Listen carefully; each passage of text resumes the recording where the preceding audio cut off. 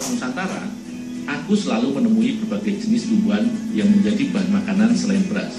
Begitupun saat aku mengunjungi desa Janji Matahan di Kabupaten Samosir, Sumatera Utara. Di desa yang terletak di tepi Danau Toba ini, ubi ungu menjadi salah satu tanaman yang mulai dibudidayakan sejak beberapa tahun silam. Bersama Mama Guru Pasaribu, kami memanen ubi ungu yang sudah ditanam sejak 4 bulan yang lalu. Sudah hampir 6 bulan daerah Samosir dilanda musim kemarau. Akibatnya, curah hujan yang rendah membuat pertumbuhan ubi menjadi tidak maksimal. Ubi ungu atau juga yang biasa disebut ubi rambat merupakan jenis ubi-ubian yang kaya akan karbohidrat.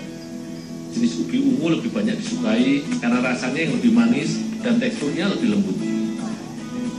Semua ubi ungu ini akan kami olah menjadi makanan yang berinovasi, pao-pao atau bakpao dan kue kukus ubi ungu.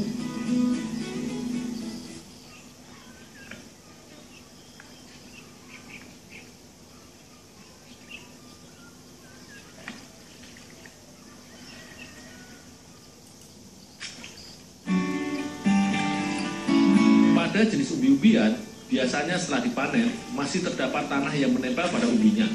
Untuk itulah, sebelum diolah, ubi ungu dicuci terlebih dahulu. Cukup digosok-gosok sedikit, tanah yang menempel pada ubi ungu langsung hilang. Selain untuk menghilangkan kotoran, ini juga untuk menyortir kalau ada ubi ungu yang rusak. Desa Janji Matahan ini menjadi satu dari ratusan desa yang menggantungkan hidupnya dari Danau Toba. Danau vulkanik seluas 3.000 km persegi dan terbentuk sejak ribuan tahun yang lalu ini banyak dimanfaatkan masyarakat dalam kehidupan sehari-hari.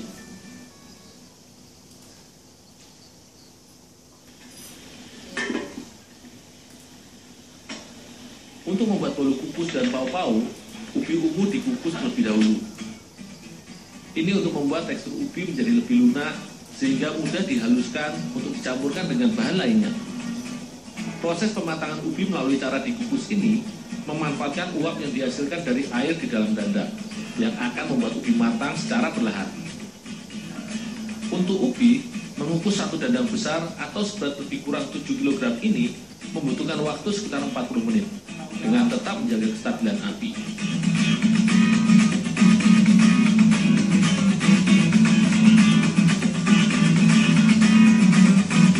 Kegiatan mengukus ini tidak akan merusak kandungan vitamin dan mineral yang ada di dalam tanaman umbi yang berasal dari kawasan Amerika Tengah.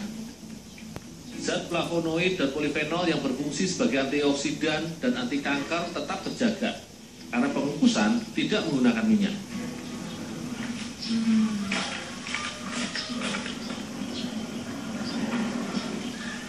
Ubi-ubi yang sudah dikukus akan menjadi sangat lunak sehingga kulitnya menjadi mudah untuk dilepaskan. Untuk membersihkan kulitnya, cukup menggunakan ujung sendok. Tetapi, mengupas kulit ubi yang tipis harus hati-hati. Daging ubi yang lembek bisa ikut terkelupas bersama kulitnya yang tipis.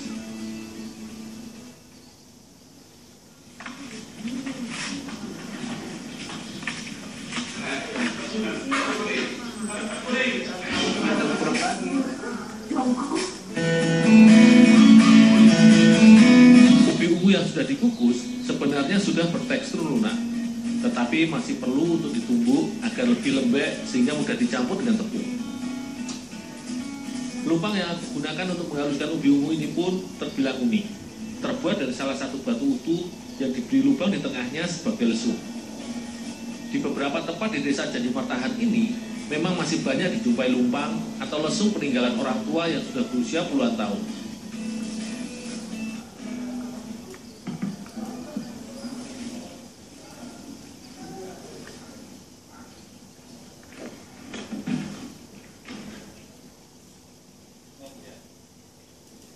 Bahan-bahan untuk membuat kue ini terbilang sederhana, berupa tepung, mentega putih, gula, garam, dan ragi, serta pengembang.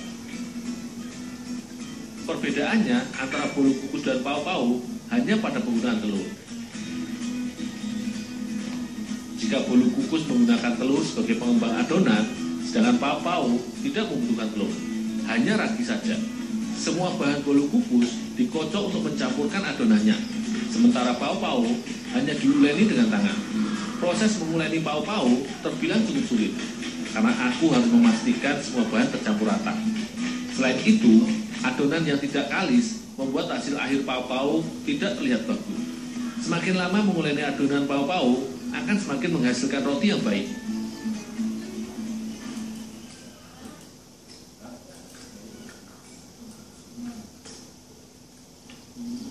Untuk membuat bolu kukus ubi ungu, gula dan putih telur menjadi bahan tambahan yang utama.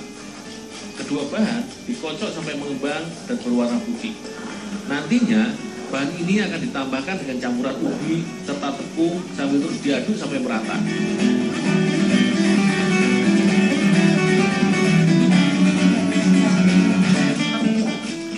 Air soda terus ditambahkan untuk membuat adonan menjadi lebih encer dan mengembang saat dikukus.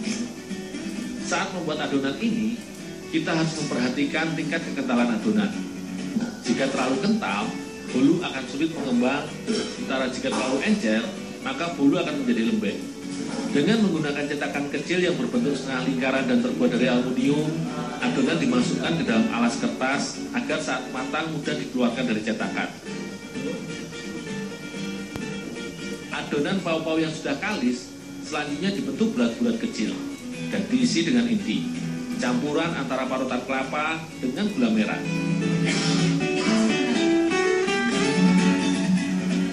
Ukuran bulatan pao-pao disesuaikan dengan selera. Begitu pula dengan banyaknya inti yang dimasukkan mengikuti besarnya pao yang dibuat. Pao-pao yang sudah dibentuk ini selanjutnya didiamkan sekitar 1 jam. Ini dimaksudkan agar adonan pao yang sudah diberi ragi dapat mengembang sebelum dikukus.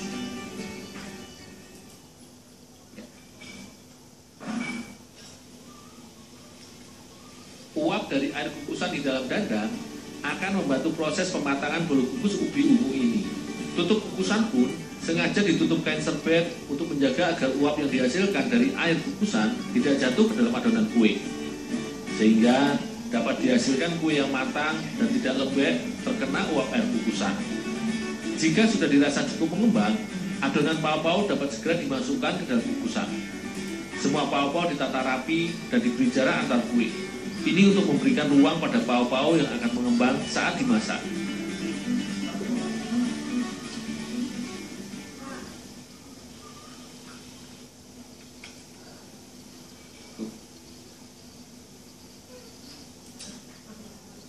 Proses pengukusan hanya berlangsung sekitar 15 menit saja. Bolu kukus yang sudah jadi ditandai dengan kue yang mengembang sempurna serta tampak merekah.